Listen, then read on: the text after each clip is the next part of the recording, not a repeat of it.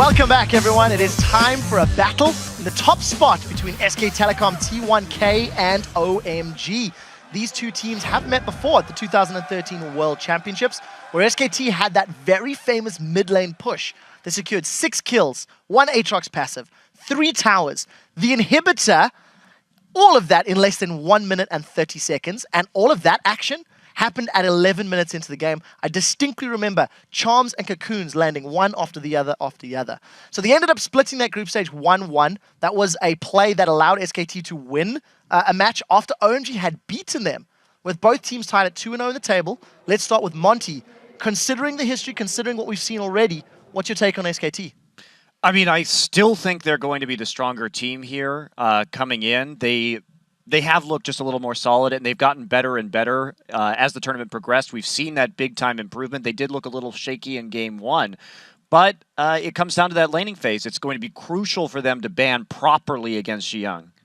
100% agree on this. Laning-wise and individual play, skill-wise between these players, I actually don't see an advantage to any of the teams in the lanes. I think mid lane is going to be very even. I think bot lane is going to be very even. Top lane as well, both been looking strong. Both junglers have been some of the people you target when you said, oh, there could be a weakness for both teams here, but they've both been playing really well this tournament. So overall, all the lanes should actually be very even. This will be the first game you're almost going to advise Faker to ban out the enemy mid lane champions. Usually be like, yeah, Faker, he'll take care of that. Just ban everything else. But Xiang's been playing really well. Something we didn't mention in the opening segment when we were choosing like the favorite plays is his Syndra, which was spot on. Like, really nice performance.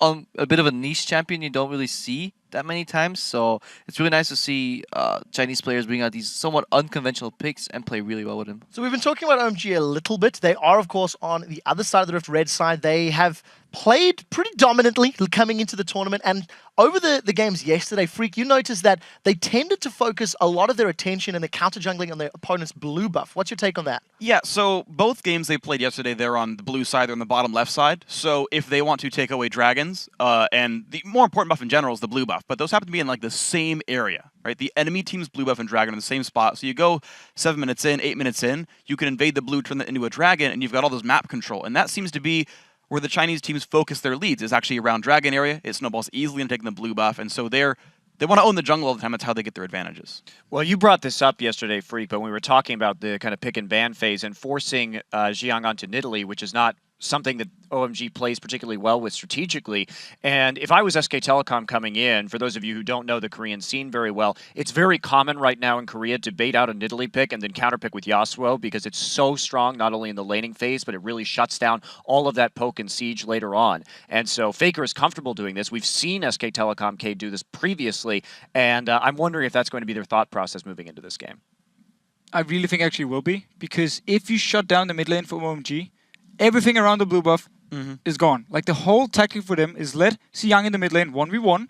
He will dominate the lane. When he wins the laning phase, he pushes the enemy mid laner down to his tower, and then he can freely roam either to blue buff, to bot lane, to top lane, wherever he wants to go. So if they can shut this one down, if they can put him on a weak laner, he won't be able to do it. And it will actually destroy a lot of things for OMG, because also they like to always go into the jungles, always do the invades. Everything's going to be gone then. If Faker beats him in the mid lane, beats Xiang in the mid lane, SKT got the game, in my opinion. We're about to get into predictions. If memory serves, though, I think it was the NLB games where Faker was on Yasuo against the Nidalee, and he went 1-5-3 or something like that. So the theory is there, but he has shown some weakness at least a couple of weeks ago. We'll see what happens. So as I mentioned already, it is time for you guys, the oracles at the desk, to lock in your predictions. Who will be victorious? SK Telecom T1K or OMG? Gonna run this one down the line. Deficio, where do your allegiances lie? I think it's going to be a very, very close game. I think this could potentially be the final as well of the All-Stars, but I'll give it to SKT. I think they're strong overall. I'm going with Deficio. It's SKT, T1K again for me. Beautiful. Well, there's not much left to agree. Both of these make valid points. Actually, I just disagree that it will be that close. I think SKT T1's better strategy is going to shine through, hopefully, mostly in terms of map movement, so I'm giving to SKT as well. Well, see, for me, my Scarf just is so much more comfortable I got to go with OMG on this one. So, I'll finally take back first place in the analyst poll. Oh, And we'll OMG have wins to this one. see. We'll have to see how that pans out. You guys at home have been voting, of course, into how your votes have measured up. Over at lolesports.com, apparently 78% of you guys predict that SKT T1K will take the win and remain undefeated. That is 3% more than this desk. Look at me doing math. Now, guys, we're going to send this one over to Joe and Jat to take us into the game. Have fun, guys. Thank you very much. Quick shot. SK Telecom, T1K and OMG have not faced off since the group stage of Worlds last year, where they, of course, went 1-1 against each other. And with the teams now tied at the top of the table with 2 wins, both will be looking for an edge in this match. 他们每个队员的实力都很强，再加上他们磨合了这么久，所以这些条件加在一起就能助成他们很强。 일단 그거 중국 경기를 조금 보긴 했는데 승률이 좀 많이 높더라고요. 그래서 좀 단점을 찾기는 어려웠고 장점은 그 팀 전체가 탄탄한 것 같아요. 그게 미드가 좀 강해서 미드 중심으로 좀 잘 풀어나가는 것 같아요. 我觉得他们在最近在自己的比赛中是输的比较多，但是我觉得这可能会恰巧使他们更强，所以我觉得我们需要非常努力。 일단 OMG랑 롤드컵 때 1대1로 승부가 났었는데 이번에 만나서는 꼭 이겨야겠어요. A lot of mutual respect there between the teams. Faker confident there though at the end. Yeah, and he's going to be really tested in this one as well because Shi-Young is the other great mid laner at this tournament. Absolutely incredible game coming your way. First of all, though, we're going to be checking out the starting lineups. On the blue side, we have SK Telecom T1 with Impact in the top lane, Bengi in the jungle, Faker in the mid lane, and the duo of Piglet and Pumandu. And on the red side, it is OMG with Go going in the top lane, Pomelo in the jungle, Shi-Young on mid lane, Sun on AD carry, and Alan on support. And of course that brings us to our featured matchup for this game, and where else would it be apart from in the mid lane with SKT's Faker against OMG's Shi-Young. It really has to be because this is going to be a showdown. They are the best mid laners from their regions, and that pretty much means they're the best mid laners in the world. The fans are behind them as well. More than any other team, OMG builds their strategies around their mid lane, as they were mentioning on the analyst desk. They use 3-1 and 4-0 lane pushes to manipulate advantages for Shi-Young. And as we saw yesterday, Faker's still Faker. He was the Season 3 master of mid lane, and he's still at the top of his game. And played, of course, that LeBlanc yesterday against Cloud9.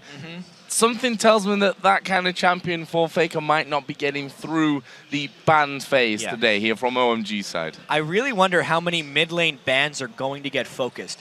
Are they going to have enough confidence to say, yeah, Faker can deal with Shi-Young Syndra? Are they going to try to pick Syndra away from it? I mean, just knowing how dominant the isolate Shi-Young strategy has been for OMG, but also knowing the legend that is Faker on the other side, I think that's the main story of this game by far. Yeah, and exactly why we had it in the featured matchup. And there's one thing to do it against some teams, and it's another thing to do that kind of isolate strategy in the mid lane against SK Telecom T1K, the world champions from Season 3. This is going to be such a hard game for OMG, but they've put in the performances so far, both of these teams 2-0. SKT has been very good strategically throughout this as well. So I wonder if in the picks and bans they're going to block what OMG is doing, even if mechanically they might be ready for it. Well, we're going to find out as we hit the bans and the picks. SKT do have the blue side in this one, and their first ban straight out the gate, keeping it with that mid lane, is the Syndra, taken away from Shi-Young. Of course, even if you have Faker on your side, you still don't want to give the other guy his money champion at that point. Syndra gone, Cassidy gone because he's been banned in every game. But surprisingly, you can see Faker hasn't played too much of it. Cassidy is a little bit weak early, which would still lend to being bullied by whatever Shi-Young puts against it, which is why they would ban it. And then LeBlanc ban on the other side, taken away from Faker. I like it. Yeah, exactly, pretty much as we thought on that mid lane focus there. SKT, their final ban coming up here in just a second will be Jax, so don't want to get going in that top lane on the Jax who have that late game presence. And we can already see first pick here, regardless of what that last ban is, Thresh in the end. First pick will be Twitch, straight in there on the AD carry. Yeah, so it was Piglet's most played AD carry during all of his Korean games this season. Even though Sun is a very good Twitch and had a good game on it yesterday, it's not nearly as high priority for him Twitch is actually kind of the premier AD carry for a lot of these teams now, as, almost on top of Lucian. So I would actually expect Lucian to then be picked later by OMG, but not necessarily right off the bat because they don't have to. Very interested to see where the supports go in this one. Alan, of course, in their opening game was incredible on Thresh. They banned that out this time around. We saw him playing Annie yesterday, which, aside from that 3-man stun at the start, didn't go amazingly for him. We're going to move to the picks again, though, because OMG now locking in their first 2 choices with the Shyvana for top lane, but maybe more importantly, Ziggs in the mid. Yeah, the 2 big champions that were at the top of Xiang's champion pool as far as games played were Nidalee and Ziggs. If they're going to do the isolation strategy, Ziggs is far better, pushing the lane, trying to harass out his opponent. I really wonder what Faker's going to put against it, but they have the freedom to wait near the end of their pick ban phase. So we are going to see a new jungler finally here for Bengi. We've seen him playing Evelynn twice so far. This time around, we see a Lee Sin coming in. It could, of course, always fall into that top lane, but I think more likely at this stage to be with Bengi. We'll have to see. Also taking Leona for Mandu. Yeah, surprising that he picked that with Eve on the board. Obviously, you've gone to the other side with the Lee Sin. I think he's going to do that Sightstone build, go for vision control, which means they do need a fair bit of damage out of Faker's pick in the mid lane if they go for something. So on the other side then, Evelynn, as you mentioned, that was open for Bengi if he would have wanted it. Not anymore though, that will be taken away for OMG. So Pomelo will have Evelynn, and they take the AD carry as well this round with Lucian for Sun. Control over Urgot right now from Piglet. He doesn't even have to pick his role. At this point, they're most likely just picking both of their solo laners. They know exactly what they would be matched up against. They just don't know OMG's support pick. I'm actually expecting a fair bit of team fight utility coming in from those things because they already selected Leona and Twitch. Well, definitely running down the clock on this one, our SKT. And just a few seconds to go, we see a switch coming out there. It's going to be Orianna in the mid lane for Faker and Trundle for Impact in the top lane. Now, Faker has shown that he can play Orianna quite well. He played a lot of it actually at the Season 3 World Championships against Gragas when he had to, but he actually hasn't played an Orianna game during the OGN season or the NLB season that he got dropped down into. So a little bit of a break from the norm, so to speak, for Faker, at least this split. He's going to need that shielding and wave clear to try and keep up with Ziggs. Did play it a couple of times in Masters, though, if we want to stay in Korea Yeah. there. 1 win, 1 loss on Orianna. We'll see how he does in this one, because this is basically the top spot game right here.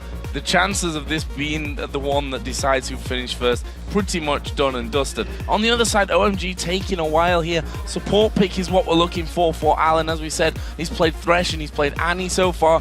Thresh banned away. Will he go for Annie again? No, he won't. He's going to pick up Nami.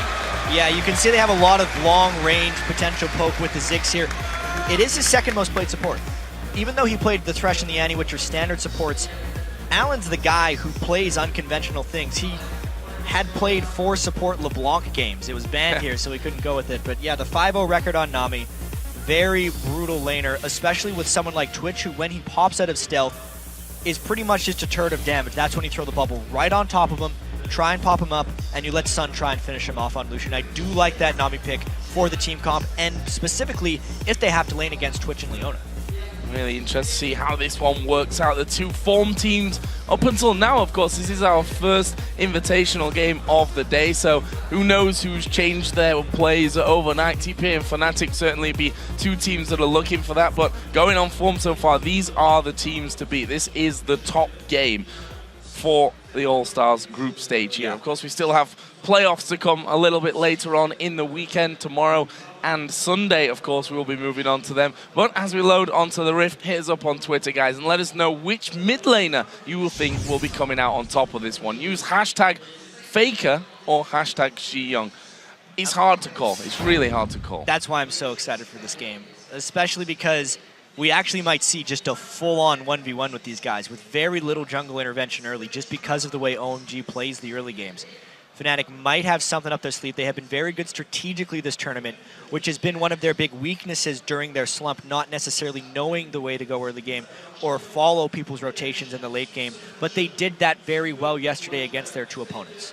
Well, we are going to be getting into game here shortly. Bengi is actually rocking the Lee Sin and the SKT Lee Sin as well with that. So very interested to see how this one all goes down. Going to be a fantastic matchup. As I said, the action only really just getting started today. We saw a Hexakill earlier, which was extremely exciting, I have to say. That Hexakill was much cooler than I thought it was going to be. And I'm saying that a lot this event, that this is better or cooler than I thought it was going to be, but it was true.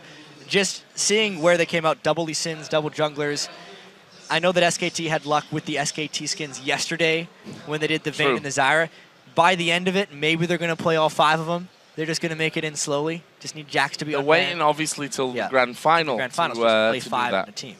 Yeah. I'm not sure if that'll actually happen, or maybe if they'll even get to that grand final. Who knows what happens further down the line, especially when we get into those best-of-3 semi-finals, which obviously are a lot more adaptive. As you can see on your screen there, looks like Faker just having a couple of little issues, but we do have the admins behind him, so they shall be working their way through that one. Hopefully we can get this one kicked off in the meantime. However, it does give us a little bit of time just to talk more about these teams, the scenario, the head-to-head so far. Of course, I mentioned it right at the start. 1-1 is their record from Worlds last year. 2 very one-sided games, funnily enough. That's one basic stomp for SKT, and the same then in the other game for OMG. And especially when we look at the way OMG performed after Worlds, you really see what a strong team they are now and they were. And let's just kind of think back in time a little bit and remember how OMG lost out of the World Championships. They got almost blindsided by Royal Club in a best-of-3 in the quarterfinals because they drew the other Chinese team out of the group stage, who ended up rolling onto the finals and then losing pretty badly to SKT. But because they were so familiar with each other, it's tough to really get the general strength. It's like when teams scrim each other a lot, or their practice partners, or sister teams, as happens so often in Korea. They can just trade games off each other like crazy because they're so familiar. That's kind of what I think could have happened to OMG. And one could argue that OMG might have been SKT's biggest competition at Worlds last year. And as we get to see them compete here, potentially in the group stage and maybe even in the playoffs, they're both pretty strong chances of making it to Worlds because OMG is so strong in the LPL and SKT has a lot of circuit points already in Korea. This could be a really huge international rivalry that we start getting going. Well, and that's the funny thing, because if you look at their current form in their domestic competitions, SKT, of course, bowed out early on. I mean, as you mentioned yesterday, it's only a couple of series and you're out. It's very cutthroat in Korea, that's for sure. LPL, a longer season, 28 games, same as what we have in North America and Europe in the LCS. Obviously, still playoffs to come in that one, but they did not drop many games, and you could argue that OMG from that are the informed team of the two. Yeah, exactly. You look at SKT and their champions that they won 15-0. Obviously, they've struggled a bit this time. If you add their recent champion season with the NLB, they would actually be 8-9. But that's not counting Masters, which they did much better in. So hard to actually follow the Korean scene super closely with all those 3 different leagues basically going on at once. But you look at OMG, 25-3, like you said, just as dominant, if not more so, with their region. So let's talk about where this game has to be won from both sides of things. We've seen already that OMG are an absolute beastly team fighting team. They've had a couple of dodgy early game phases, that's for sure. Is that the time to beat OMG? Do you have to crush them as fast as possible in the games so that they don't get as strong for those team fights where they excel? I think it's absolutely the place where you have to beat them, and also where they're weakest. Because looking at all their games from their LPL season, they often were either even in gold early game or actually behind in gold early game, and then were able to force team fights or just take advantage of Xiang's giant advantage in the mid lane to really get things going. And it is a weakness for them. The game that they stomped on TPA yesterday, by the end of it, started poorly. Both of their side lanes were vastly behind in CS. They continued to lane swap. As the analyst has pointed out, every time they lane swapped, they lost a wave of minions. And against a World Championship caliber team, Season 3 World Champions in SKT, that very well could put them farther behind than their team fighting ability can make up for. Every single wave counts. In a game between two such talented teams, every single wave is going to be counting for you. For SKT, I also want to touch on Bengi. Monte Cristo actually had him down as maybe the shining light from day one. The question is has Bengi been tested enough from the 2 games that they won yesterday? you may even argue to me, has Bengi turned a corner? It's going to be the question that will maybe even get proved in this game, because they did play TPA, who's 0-2. We don't actually know if they were outclassed or if they're just the strong team, versus Cloud9, who had that nice showing against Fnatic, but they're still a wounded team without High. How much did that really show? Are they better strategically, or were they just playing against wounded teams? Well, so many questions still to be answered. Faker's actually having his machine swapped out as we speak, so while we get that sorted, we're going to head over back to the analysis desk for more about this matchup. Thank you very much, guys. Let's talk about what we can at this moment in time. Picks and bans. I know as we were seeing it play out, we did see the Syndra being taken away from OMG. That was the second ban on the side of SKT's side. Over on the other side of the table, LeBlanc not making its way through, not making the same mistakes Cloud9 did yesterday. Also, Morning got his hands, Xiang rather, got his hands on Ziggs, which is quite a comfort pick. Yeah, that's the key thing here, because Ziggs is the second most banned champion against OMG back in LPL. And simply also due to the fact there is these bans, LeBlanc's banned away, Syndra being banned away. OMG picks it very early. Blind picks it well. They trust him. No matter what Faker is going to play against it, he can deal with it. And it also means they give up some picks to SKT.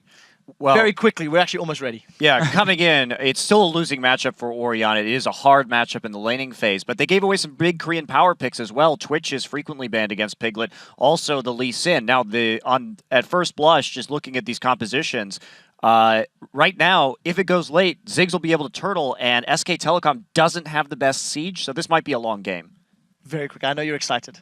I just want to see what Alan can do on Nami here, because normally he's actually the main engage for OMG. This time he picked disengage against the Leona.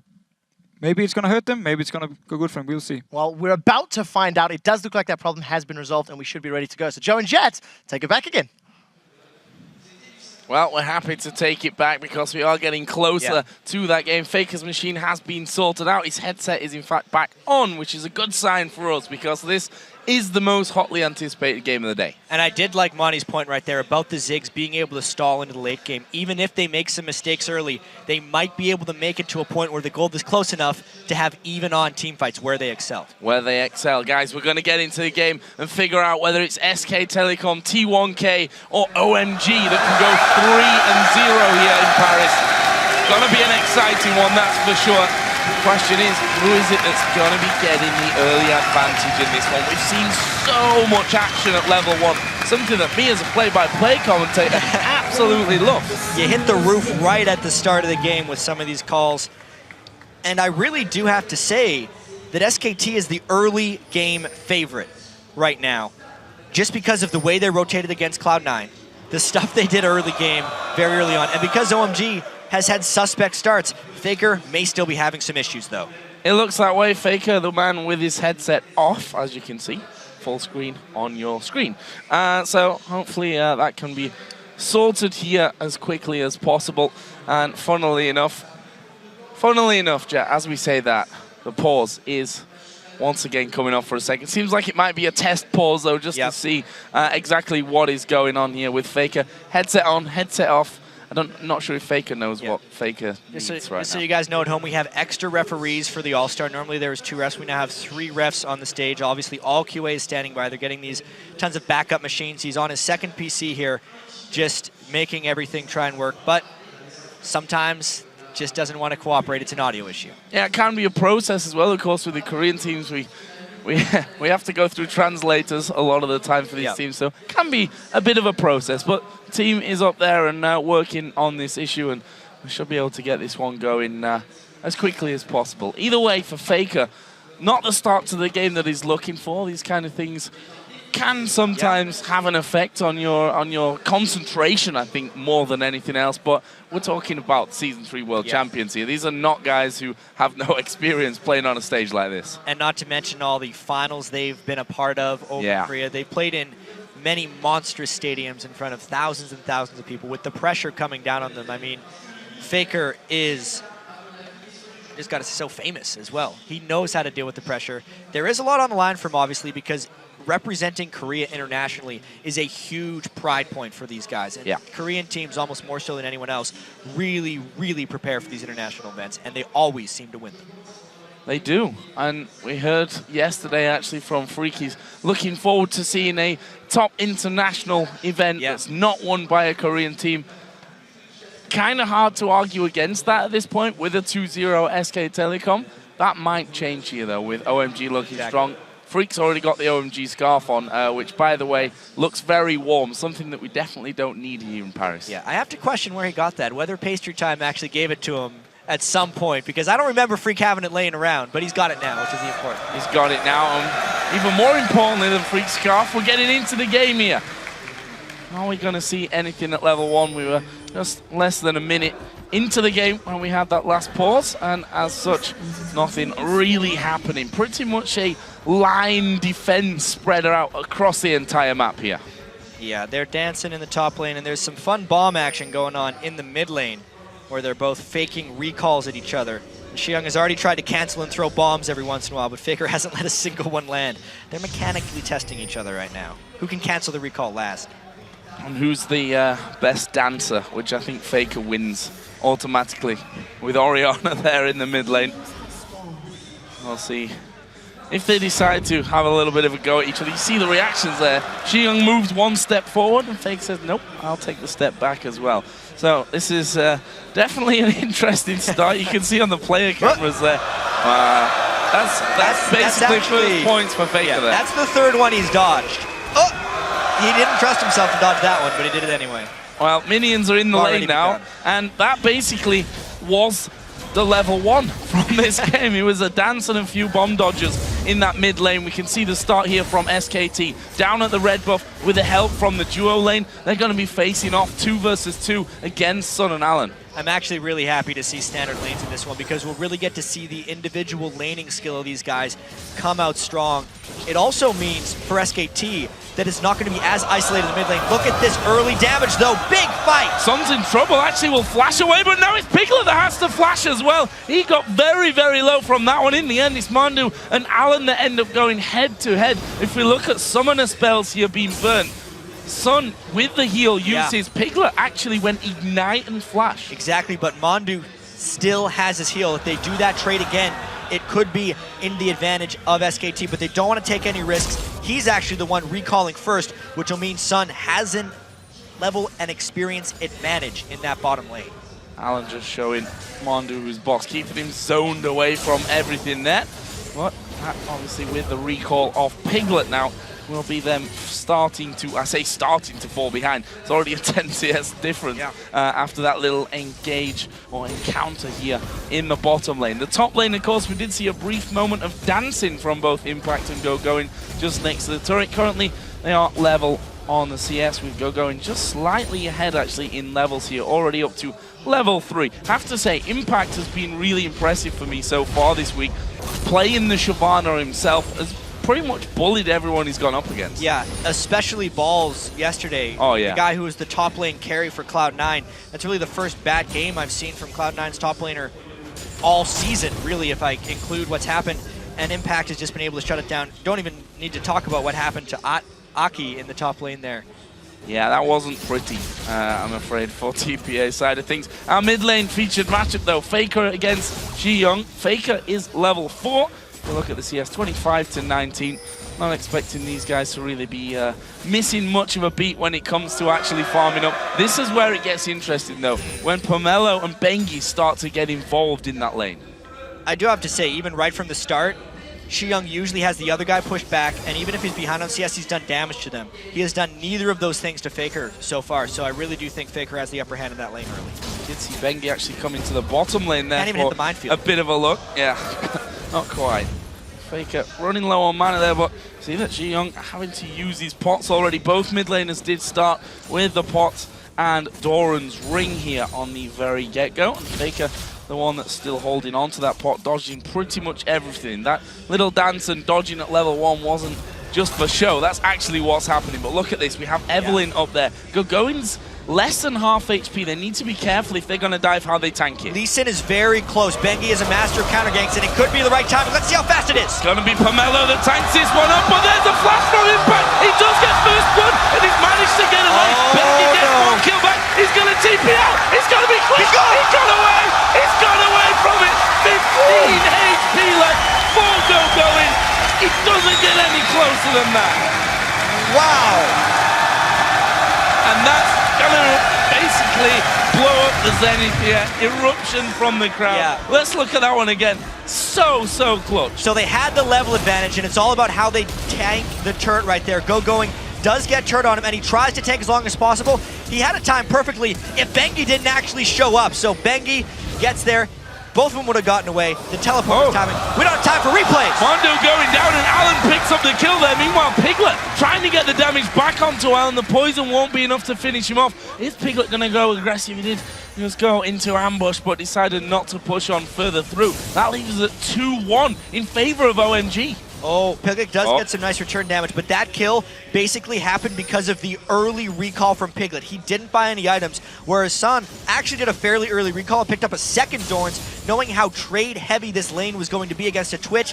They get the upper hand, they get the kill, and the advantage in the lane. Now we see Bengi coming down, trying to alleviate some of that pressure that's really built up. We're seeing Sun and Alan actually recalling now from that bottom lane.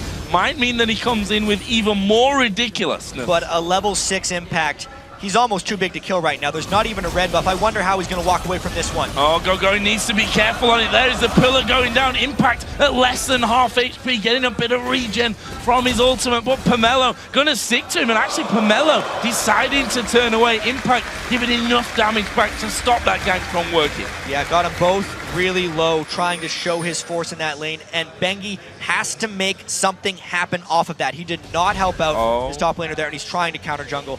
He's in pretty deep, though. Xiong actually coming around the side. Alan's actually going to come in and spot Bengi's position, which means they can move into position or away from position, maybe from Xiong's point of view. Bengi's coming around the back. They're going to try and dive in. The kick comes in. It's knocked him into the wall. Xiong is still in trouble. Here comes Faker, and Faker gets the kill with his ignite. Turning the strategy back around on OMG. Pomelo was not in range.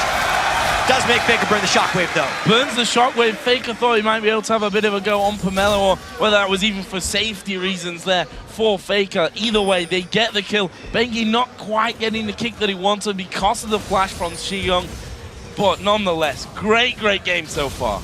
And I really do have to say, as far as OMG's overall strategies go, a death onto their mid laner is far more punishing than the kill that they got onto Impact. These are mid lane focused teams, even more so for OMG. The fact that he is now down a substantial amount of CS to Faker, as well as a kill, is going to be very difficult to deal with. The boot almost on the other foot. We saw his Xiong yesterday having so much more farm than his opposite number. That's not going to be the case in Faker. Look at this, coming around, trying to have a bit of a go at the blue, but Xiong already throwing his bomb down from that one, making sure that he doesn't lose out. Going to take a pink ward with him as well. Didn't even take much damage from the minefield. I'm ridiculously impressed with how well Faker's dodging pretty much every single skill shot Xiong throws against him. It doesn't seem like he takes damage against Ziggs right now. Yeah, he's still got his potion. Yeah. From level 1, so that kind of tells you exactly how well he's been dodging. The bottom lane, of course, where we did see those kills coming in earlier on, has a vamp set to here for Sun now, as Impact going to be TPing his way back up to that top lane, which gives him the extra farm that would have been lost if his TP wasn't available to get into that top lane. Yeah, and talking with a lot of the experts on the LPL, they all say that Sun is kind of the secondary carry for SKT. Nice jump back! Mandu's gone far too deep on this one. He's gone into turret range. They're going to focus Piglet. This could be a double kill. It will be Alan that gets it. Not quite the double kill, but the bottom lane goes down. Xiong going to get kicked out. They're going to go straight in. He throws his bomb down. He's still alive. He might actually die. He does. Xiong gets one with him. How did he manage that one? Throwing his ultimate right on top of himself. Action everywhere. It's too much to even talk about. He focused everything down as the dive happened and managed to get something back. But the secondary carry for OMG, Sun, needs to be the primary one this time. The moves he pulled there on Mondu, sucking him into the turret while the culling was going, is just brilliant down there. It's Faker doing everything he can, and amazingly, Piglet and Mondu are actually losing their 2v2 lane. Pomelo, you are in trouble, my friend. You're dead. Faker is on a killing spree now. 3-0-0. He's just hit 100 CS, which is by far the most in the game. And now going might be falling as well. Impact's going to go all the way on this one. Couple more hits. Impact has to flash away as well. That was close. You could say these guys are pretty damn close in skill. And Faker just seems to be one step above. He's the one keeping them in the game right here. And as you said, Joe, it's like the boots on the other foot. Young is used to dominating in the mid lane, and OMG is used to making their game plan around that. But this time it's the opposite. Their side lanes are winning, and it's their mid lane they have to support too. How are they actually going to deal with that, as the gold is pretty much dead even? Not sure I'm going to survive this game, Jack. It's certainly living up to its name right now. Everyone in high anticipation of this matchup. So far it is, of course, SKT with 4 kills to the 5 of OMG, but look at the gold. The gold is bang even here, 11 minutes into the game. You have to worry here, though, for OMG, because look at Faker, farming an absolute storm. He's sat on 3,000 gold. That's bad for OMG at this point. He's got a 2-level advantage on Young, and those bubbles are just seemingly seeking missiles right there, but he gets stunned up. Allen in trouble. Oh, there's a tidal wave coming out. Mondu's going to fall low, but they do get the kill. San not going to stick around there. Is he going to try and duel Piglet? That wouldn't be the best idea. Flashes away as the Zenith play comes through. I was going to mention it's a bit of a weird build by Sun right here, building a Sheen first. He's going for a Triforce. You often see in either Bloodthirster or Phage, but more action. Going caught up top. Are they going to dive? Nope. Question answered on that one. Going did have his ultimate available if needs be, but look at this. Pomelo is down in the bottom lane. He's given his position away now, but he doesn't seem to care. It's Mondu that he wants to get in on. Here comes Young as well from the mid lane. Is he going to throw the ulti down? Good slow from Piglet, and what looked like could be impending doom for Mondu. He's an escape quite cleanly. Yeah, Young is way out of his comfort zone right now. He had to roam down because he wants to stay away from Faker, using his ult just to save that. That's what Ziggs is able to do. It's one of the versatilities of the champion, but he really didn't make anything happen with that roam down bottom. Incredible, incredible game. Only 12 minutes gone in this one. The goal, 800 the lead now. A little bit of a swing there for SKT coming in.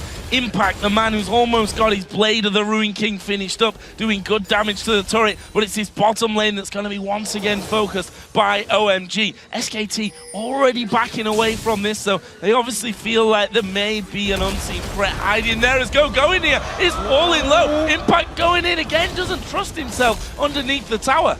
They are so close in this top lane. Going is losing out, though, because he's the one having to use his turret as a defense mechanism, losing in CS to Impact despite getting a kill on him early. Oh, Mondu throws out the Zenith Blade, didn't catch Allen. Evelyn is still waiting, but look at Bengi on the minimap. He's moving around to this bottom side as well. We could see a 3v3 fight breaking out. There's a solar flare. They're going to go for Allen. They hooked him up there. Can they finish him off? Bengi's going to come late to the party. Mondu actually going down. Allen is ticking. He's used the heal in this one, and he's got enough to survive it. And can you believe it? SKT start off the fight, and there you see the danger once again of the Evelyn. The Evelyn has been big stuff for Pomelo, but honestly, that's now 2 lanes that are starting to lose solo for OMG. It's going to make it difficult for them to pull this one to late game.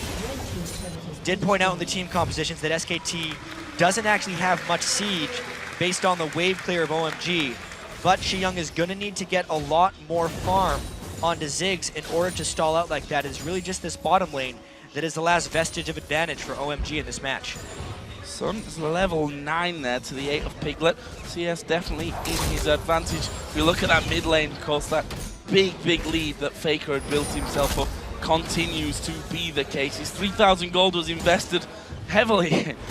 Athene's Unholy Grail already finished with Sorcerer Shoes and the Blasting Wand as well. Compare that to his opponent in this one, Young, who's basically got nothing. Only the workings of that Athene's Unholy Grail. I think he's going to go bite now, but he's way behind. 1,600 gold behind, to be exact. And that is unacceptable for OMG. And even though this seems very simple at the start of the game to say, oh, they're just doing standard lanes. Standard lanes aren't standard anymore, especially over in the games in the OGN or even for OMG.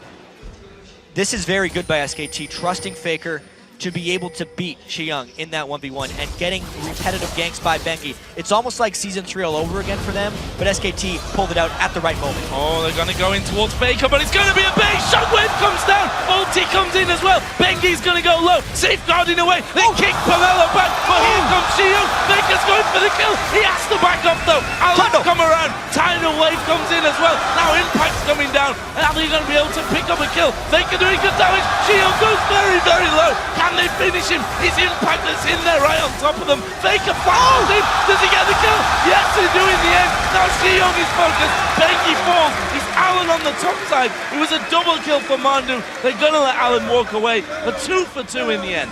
These fights are so close that supports are the ones that end up taking up the last kills because they're just trying so hard to finish people off. And honestly, Faker, aside from the one that killed him, just doesn't get hit by skill shots, it feels like. Watch this, Faker bursting down, going way faster than he expected because there was no magic resist, but then just track how many things miss Faker because of a sidestep. Xiong throws that one thing, misses him with the satchel charge, misses him with the minefield, misses him with another bomb, dodges the tidal wave. He is just getting away from everything, and it is the only reason SKT came out close to even in this one, because OMG were at the point earlier. Look how late Leona comes in at this point. The fight could have easily been over. Finally, the last one hits Faker, and we get the kills traded on both sides. Ridiculous mechanics displayed in that team fight.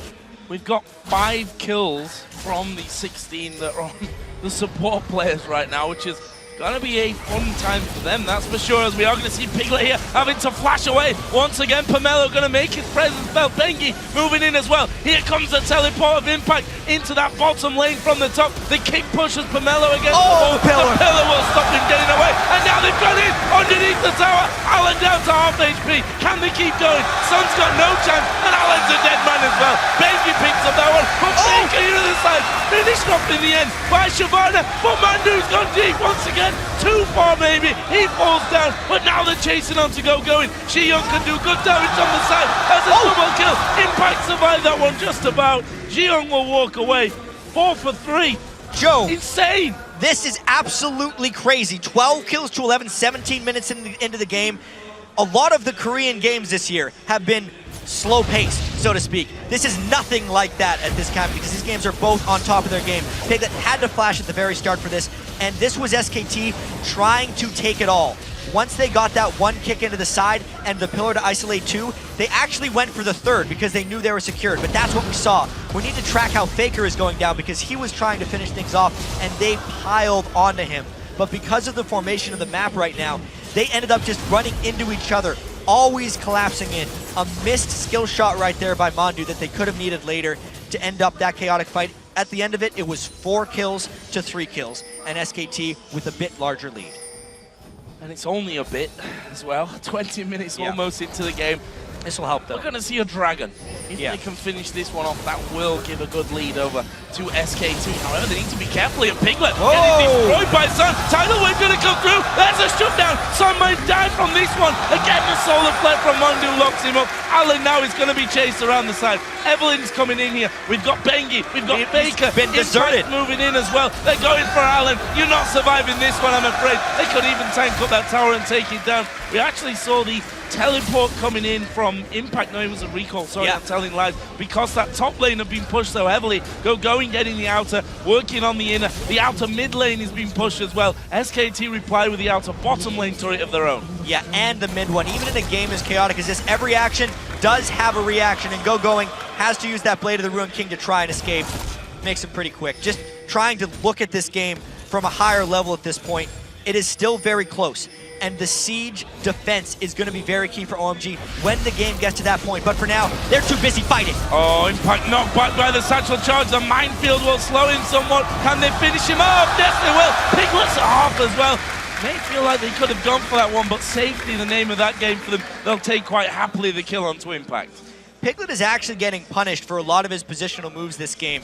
It is a very good champion select by OMG after the fact in this game, because remember, that was a Twitch first pick. So OMG got to build their entire composition around trying to punish a rat as soon as he comes out of stealth. That's what the Nami is doing so well with those bubbles every single time he pops in that lane.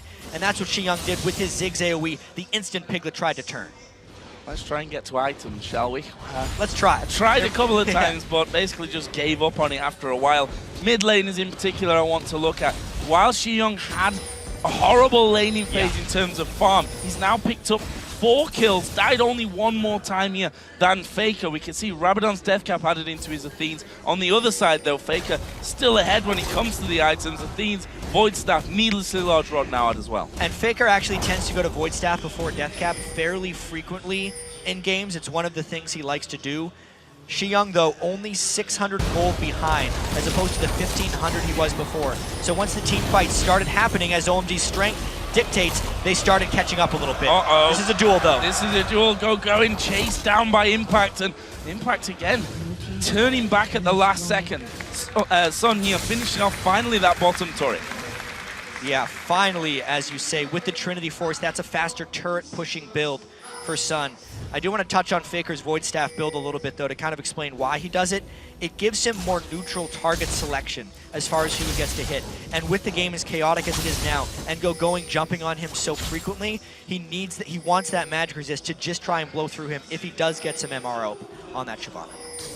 OMG here playing a very sneaky game, moving through the bottom side of the SKT jungle. Of course, they have Pomelo, who can do that a little bit easier than the rest. Funnily enough, if they'd have gone a bit north, they would have maybe found Piglet, that's but a they big spotted collapse. Alan. He gets caught up in this one, locked up by Mandu, puts some good damage back onto Piglet, but he's not going to escape from it. Piglet gets that kill. Now Pomelo caught inside of the SKT jungle as well. There's the kickback towards Faker, who throws in the ball and picks up the kill.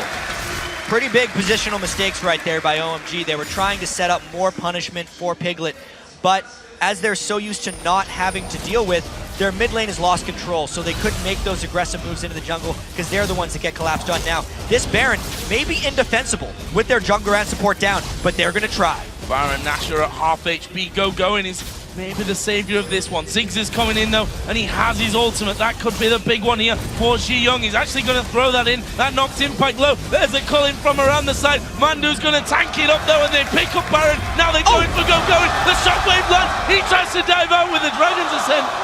He's going to get away from that one as well. Just about. Almost went down. He's going to try and lifesteal there from the golems, but good Baron, solidly picked up. You have to give credit to Mondo as well for for tanking up the entire Cullen from the side. Yeah, he's taken those kills to build a lot of nice tanky items as well.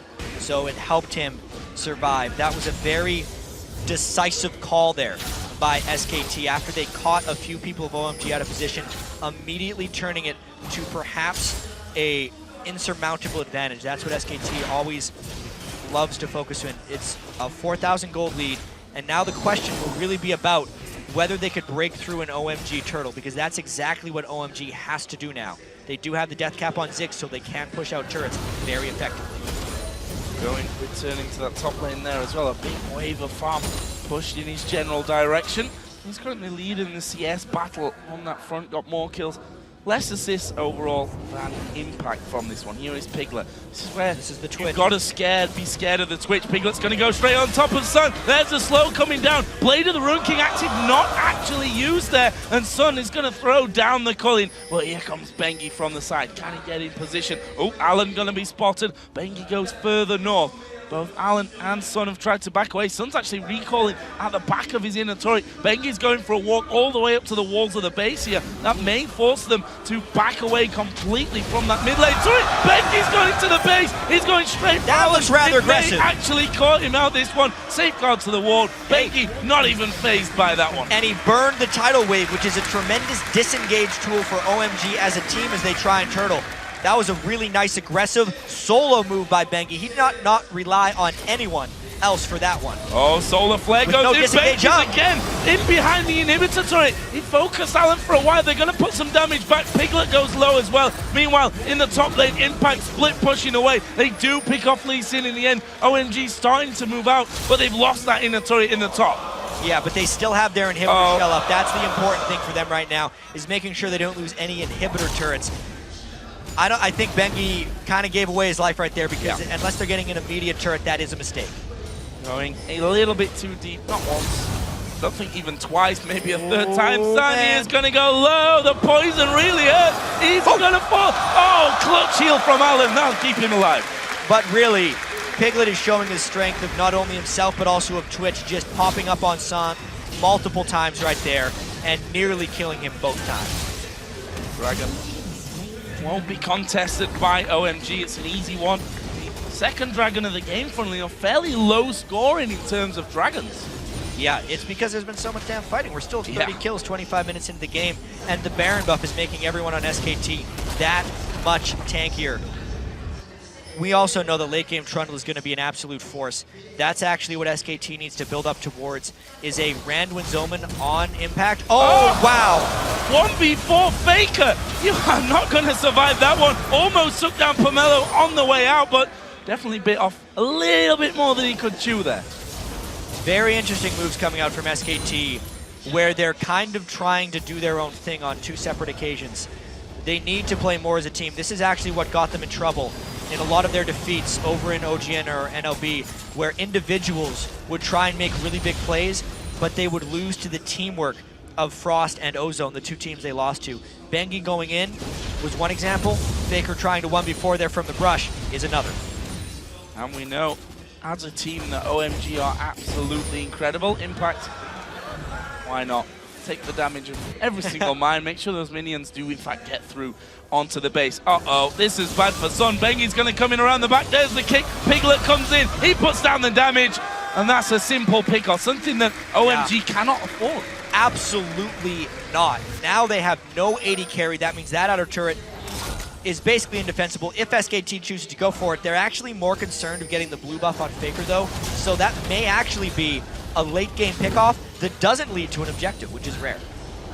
Kind of dodging a bullet there. Yeah, looking from their side of things. Yeah, OMG. Faker, though, does have that blue now, and you look down his items, he's got that death cap on since we last checked in, and another needlessly large rod, so going to be headed up, you have to feel, towards that Zhonya's hourglass so that he can have that safety. I mean, the 1v4, it probably wouldn't have mattered if he had the Zhonya's there, because he was going to go down either way, but that Zhonya's can make a difference in the grand scheme of things. Right now, SKT actually sat fairly defensively, just trying to push things out as far as possible. Yeah, Faker's sitting on 557 ability power. Knowing they're playing against his Ziggs and knowing that they have maintained map control here, it's actually prudent for them to just wait for the next Baron.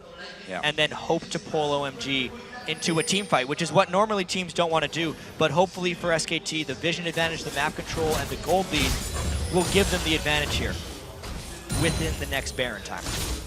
And that is coming up in 1 minute and 30 seconds.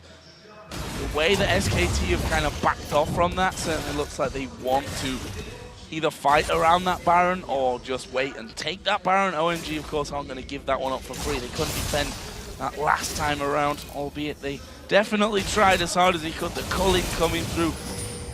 Young throw his ultimate in there as well, but in the end it was SKT that got the first Baron of this game. We're approaching the 30-minute mark, so let's once again have a look down some of the items. Bengi, no, because Bengi getting caught out, he's going to safeguard. Tidal Wave comes across though. Bengi is maybe going to fall from this. Hongdo going at the front. Son going to be focused though. They've got rid of the AD carry, and they're now going to keep going with Piglet getting the slow on towards Pomelo. He pops his W to try and run away. Rest of the team is coming around the side. 40 seconds until Baron. There is going, getting slowed down. Pomelo's going to try and get away through the brush, but Piglet is going to kill him off here. This one is done and dusted. No way that Pomelo will get away from that. Faker killed off going as well. That's 4 men down with 20 seconds till Baron. And OMG fully committed with no vision control, so they were going in blind and just hoping that SKT wasn't in the proper position.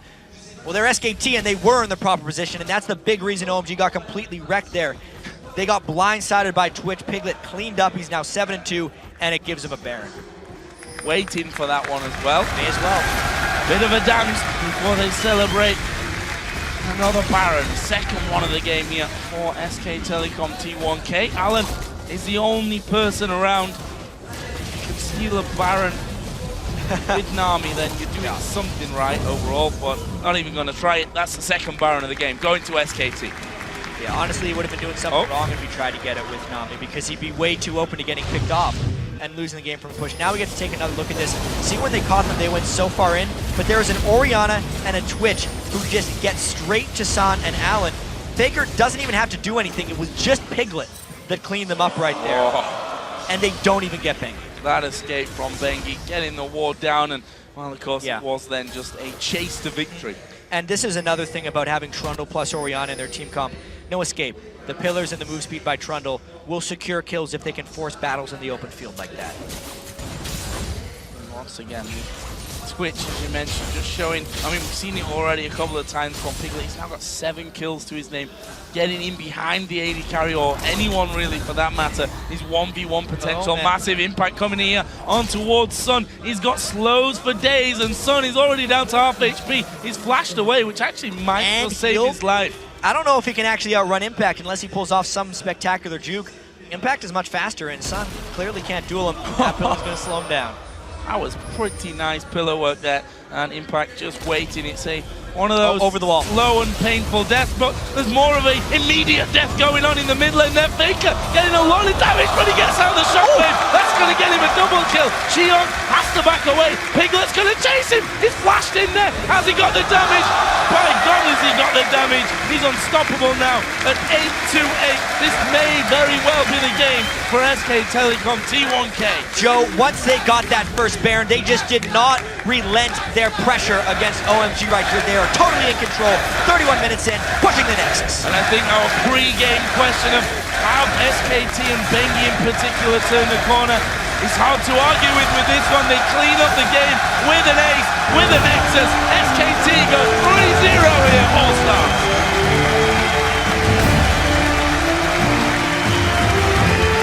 And the crowd was absolutely so loud after that one.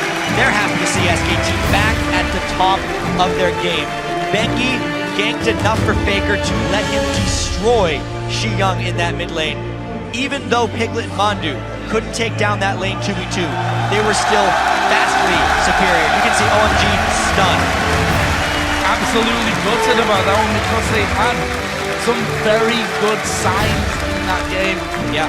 The bottom lane in particular started out so well for them. They forced Piglet incredibly early when he had just 2 CS to recall back into base. They couldn't bring that through though, and by the end Piglet was just out of control.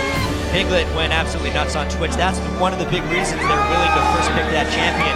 Knowing that against OMG, you're often going to have to come down to team fights, they made sure to pick a pretty damn good team fighting AD carry. And Piglet had his positioning later in the game, even if he didn't have it in the lane. Absolutely incredible game. Certainly left me breathless, I think is the right word. You don't in expect, a couple of different areas. You do not expect a 26 to 15 kill game. No. When you're seeing potentially the two best teams here. 31 minutes that game actually felt a lot longer. I think because we had so much action, there were only 2 Dragon pickups. Yeah. There were exactly as many Baron pickups in that game as there were Dragons. That just shows you how Dragon was not really a major factor for the concentration of both teams. It's because there was so much else happening within the map, they almost didn't even have time to go over to the Dragons and pick them up because they were more worried about the top lane battle, the mid lane battle, getting picks, going for Baron, things like that ended up happening. Impact, I want to talk about him again here because we mentioned his Shyvana performances before. He's done it again here on Trundle. Yeah, I haven't seen a top laner excel against him. Going did better than anyone else because he was able to stick with him and not fall behind, still picking up some kills in team fights. But yeah, Impact has been an unsung hero this event. Well, absolutely amazing game. We're going to break it down, though, further over at the analysis desk. So, guys, take it away. Thank you very much, guys. I want to start off by summarizing the opening 15 minutes of the game. Faker channeled his inner Patches O'Houlihan. Dodge, dip, duck, dive, and dodge. He did not take a bouncing bomb from Xiang at all. We did see straight up head-to-head matchups. SKT were winning the solo lanes, both top and middle, but they were losing the duo lane, and by a significant margin. By the 20-minute mark, Piglet was down 40 CS to San. Thanks a lot in part to all the action going on, but what do we take about the lanes, Crepo? I just want to point out how Faker dodges these skill shots. It's not that he's moving left and right and making it hard to predict where he needs to, like where the enemy needs to throw their stuff. No, he literally waits until the spell comes up and then sidesteps. When he's laning against the Ziggs, he knows those cooldowns by heart. He waits till the bomb comes up, and the second it comes up, he knows the enemy laner is gonna throw it, and he just sidesteps as they come up. And it's so beautiful to see.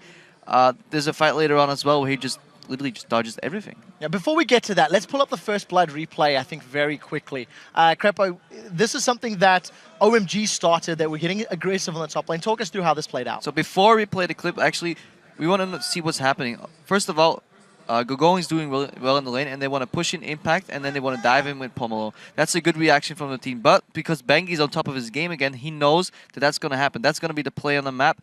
But then he's a little later. and then Impact needs to survive. And how he does that is just majestic, actually. Just roll the clip right here.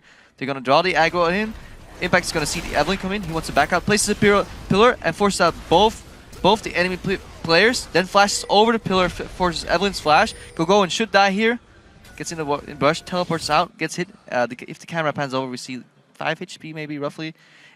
The fact how he placed that pillar, he didn't block one person. He pushed one of them to the back and one of them to the side, then flashed over the pillar again. He was literally like making them chase around the turret.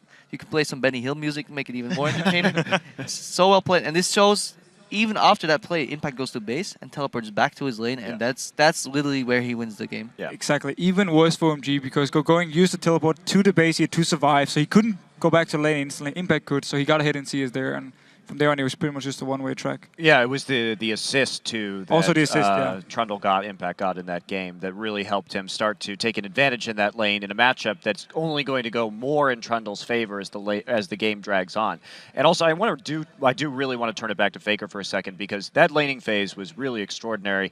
That is a matchup that it is very hard for Orianna to win, and I was just taking some totals throughout the game. 7.5 minutes, he was up 70 to 46 CS. That was about the time the kill happened in the mid lane, but by 10 minutes even, he was 3-0-0 at 101 CS. So we're talking nearly perfect CS with 3 kills in the lane. In contrast, 59 CS only on Ziggs at 10-minute mark. So down on kills, down on CS. It really felt like SKT were individually outplaying OMG in all of the skirmishes. In the solo lanes. Even, I agree with there, bottom was working in OMG's favor, but even when they did get involved in the team fights later on, you felt like SKT were just out-positioning and out-rotating in some of those moments, those team fights. Yeah, OMG are really bloodthirsty, and they rely on their coordination and the fact that they think they're quicker on the draw.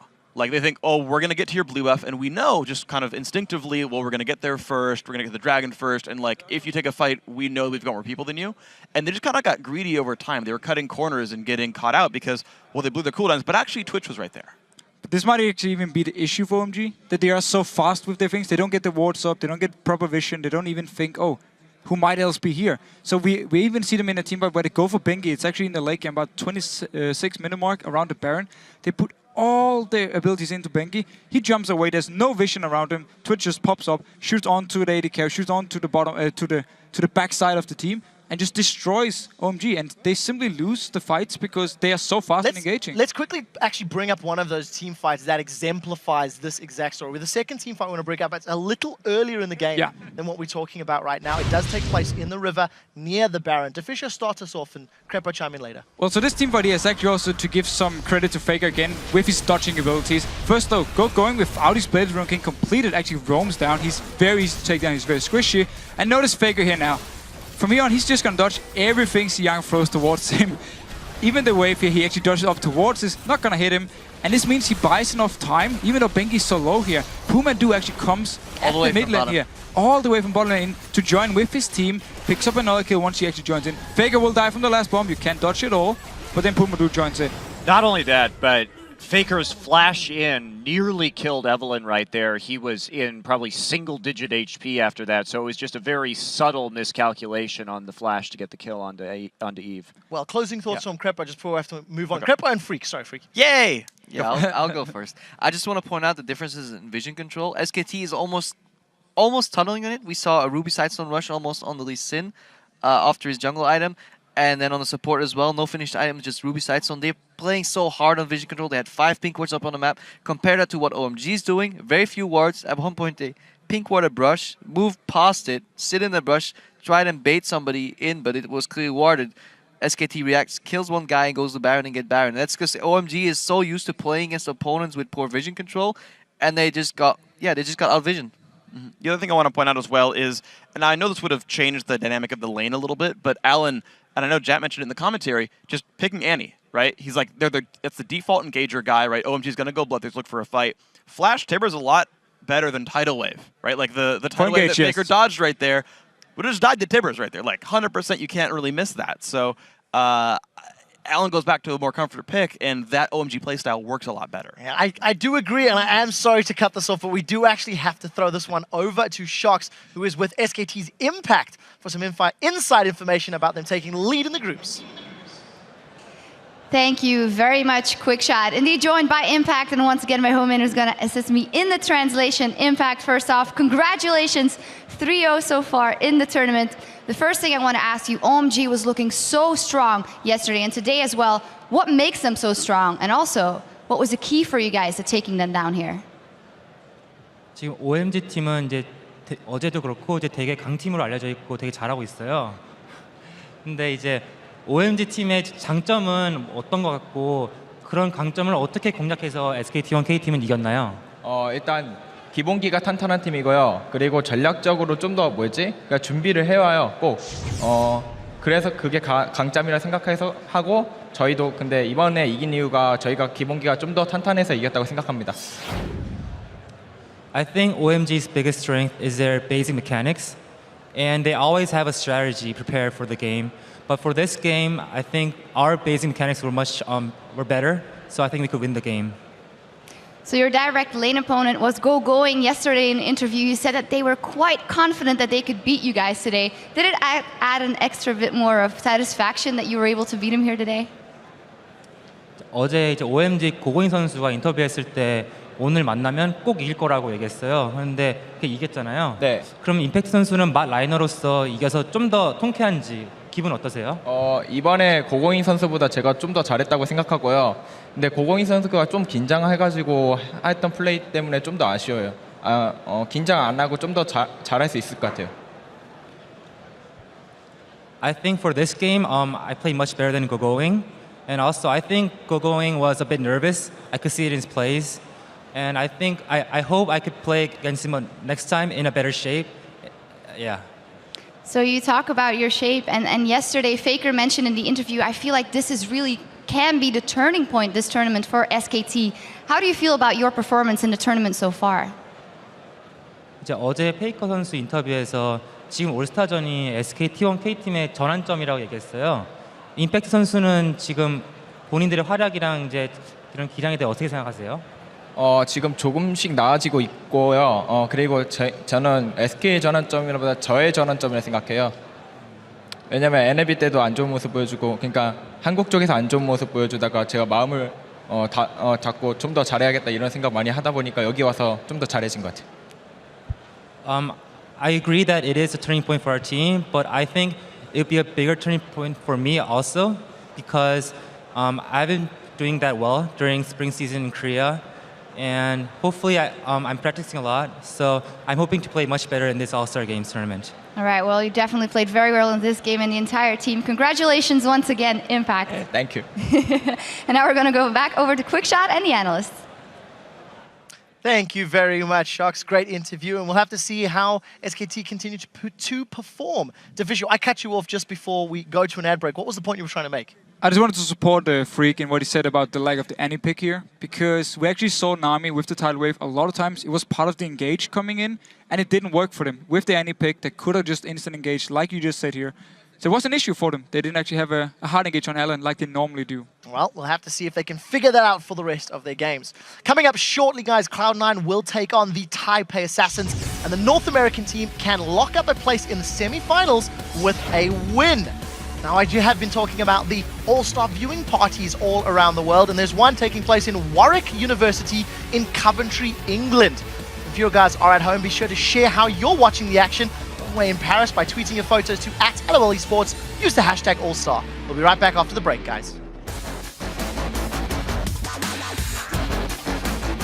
Here comes the teleport of Impact into that bottom lane from the top. The kick pushes Pomelo against the wall. The pillar will stop him getting away. And now they've got in underneath the tower. Alan down to half HP. Can they keep going? Sun's got no chance. And Alan's a dead man as well. Benji picks up that one. But Baker to the side. Finished off in the end by Shavana. But Mandu's gone deep once again. Too far maybe. He falls down. But now they're chasing on to go going. Shiyong can do good damage on the side. As a double kill.